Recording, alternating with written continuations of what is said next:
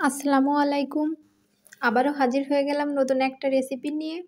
আজকে আমি তৈরি করব টার্কিশ ব্রেড বা স্টার রুটি। যে নামেই ডাকেন না কেন, অসম্ভব মজা হয় এই রুটিটা খেতে। কোনো রকম ওভেন ছাড়াই গ্যাসের চুলাতে এই রুটিটা কিভাবে তৈরি করে নেওয়া যায়, আজকে আপনাদের সাথে এই রেসিপিটি শেয়ার করব।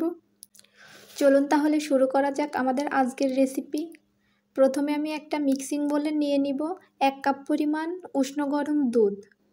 এতে দিয়ে দিব 1/4 চা চামচ লবণ, 1 চা চামচ পরিমাণ ড্রাই ইস্ট, দিয়ে দিব 2 টেবিল চামচ পরিমাণ রান্নার রেগুলার তেল। এবার একটা স্প্যাচুলার সাহায্যে এটাকে একটু মিশিয়ে নিব। দুধটা অবশ্যই কুসুম গরম হতে হবে।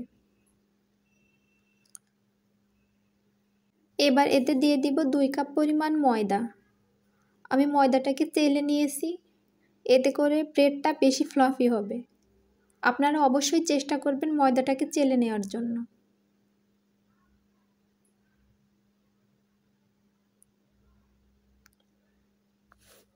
ময়দাটা চালা হয়ে গেলে এবার এতে দিয়ে দিব গুঁড়া দুধ। আমি ডানোর 10 টাকা দামের 1 প্যাকেট গুঁড়া দুধ ব্যবহার করেছি। এখানে মোটামুটি 2 টেবিল চামচ পরিমাণ গুঁড়া দুধ অ্যাড করলেই হবে।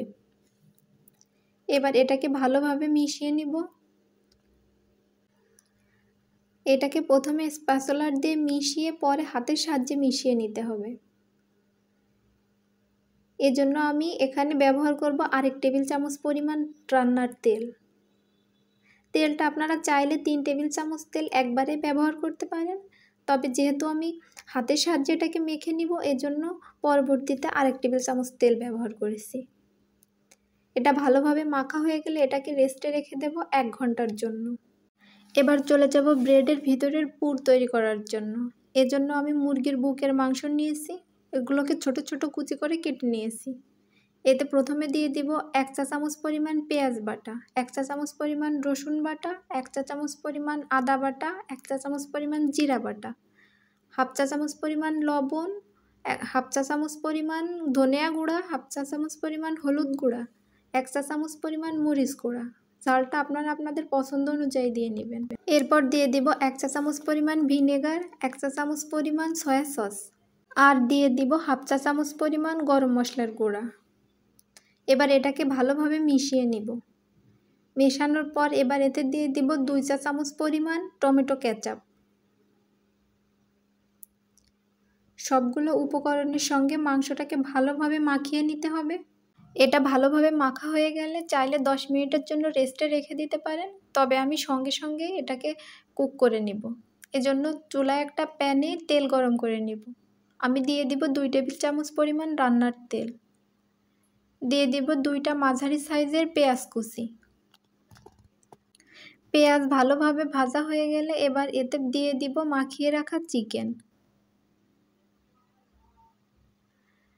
চিকেনটা দিয়ে একটু নাড়িয়ে চাড়িয়ে ঢাকনা দিয়ে ঢেকে রেখে দিব 5 মিনিটের জন্য। আমি যে পাত্রে চিকেন মাখিয়ে রেখেছিলাম ওই পাত্রের লেগে থাকা মশলা ধুয়ে সামান্য পরিমাণ পানি দিয়ে নিয়েছি। এবার এই পানিটা শুকিয়ে আসা পর্যন্ত চিকেনটাকে রান্না করে নিতে হবে।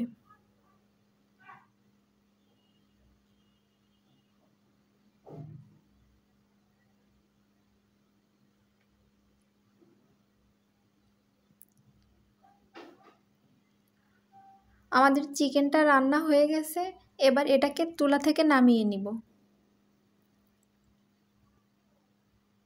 এবার 1 ঘন্টা পর আমরা যে ডোটাকে মেখে রেখেছিলাম সেটা ঢাকনা খুলে নিব।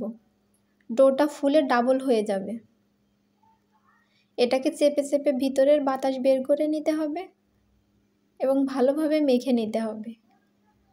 আমি ডোটাকে ভালোভাবে মেখে নিয়েছি। এ পর্যায়ে আপনাদের হাতে লেগে আসলে কিছুটা তেল মেখে নিতে পারেন। আমি ডোটাকে ভালোভাবে মেখে 2 ভাগে ভাগ করে নিয়েছি।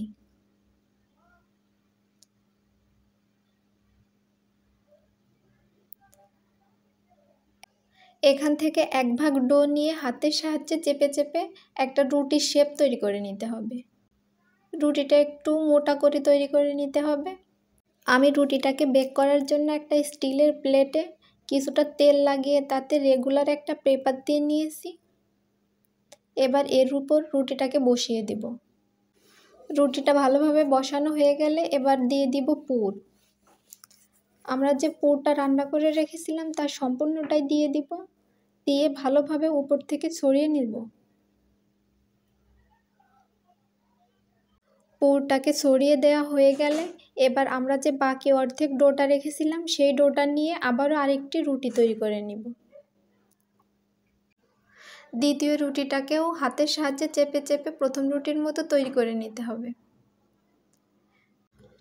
রুটি তৈরি করা হয়ে গেলে এবার এটাকে তুলে প্রথম রুটির উপর নিয়ে বসিয়ে দেব। রুটিটা বসিয়ে দিয়ে চারপাশ দিয়ে ভালোভাবে এটাকে সিল করে দিতে হবে।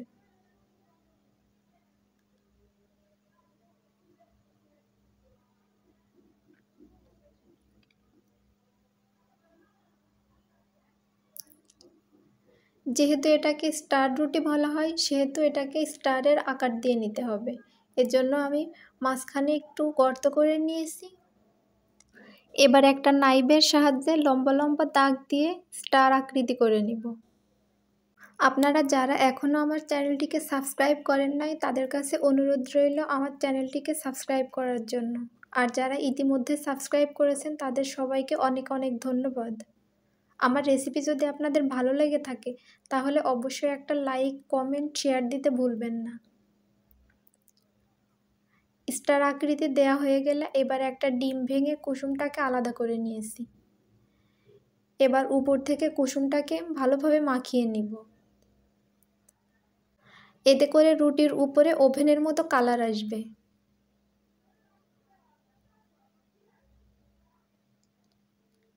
কুসুমটাকে ভালোভাবে মাখানো হয়ে গেলে এবার এটাকে দেখতে সুন্দর করার জন্য উপর থেকে ছড়িয়ে দিব ভাজা তিল।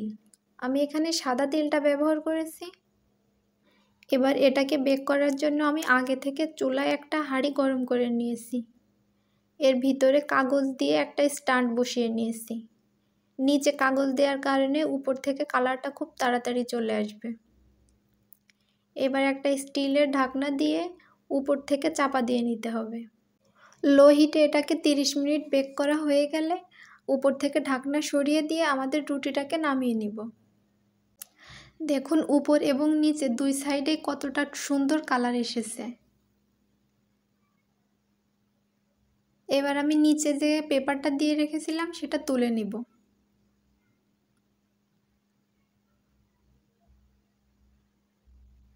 আমি আপনাদের সঙ্গে কেটে শেয়ার করছি ঠিক কতটা পারফেক্ট হয়েছে আমাদের এই রুটিটা। এটা আমার খুব পছন্দের একটা রেসিপি।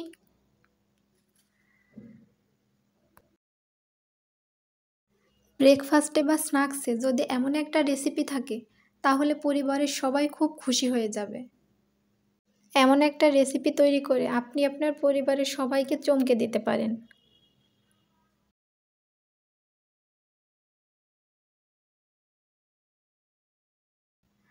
আশা করি বরাবরের মতো আমার আজকের রেসিপিও আপনাদের কাছে ভালো লেগেছে। রেসিপি ভালো লেগে থাকলে লাইক, কমেন্ট, শেয়ার দিতে ভুলবেন না। আবারও হাজির হয়ে যাব আপনাদের সামনে নতুন কোনো রেসিপি নিয়ে।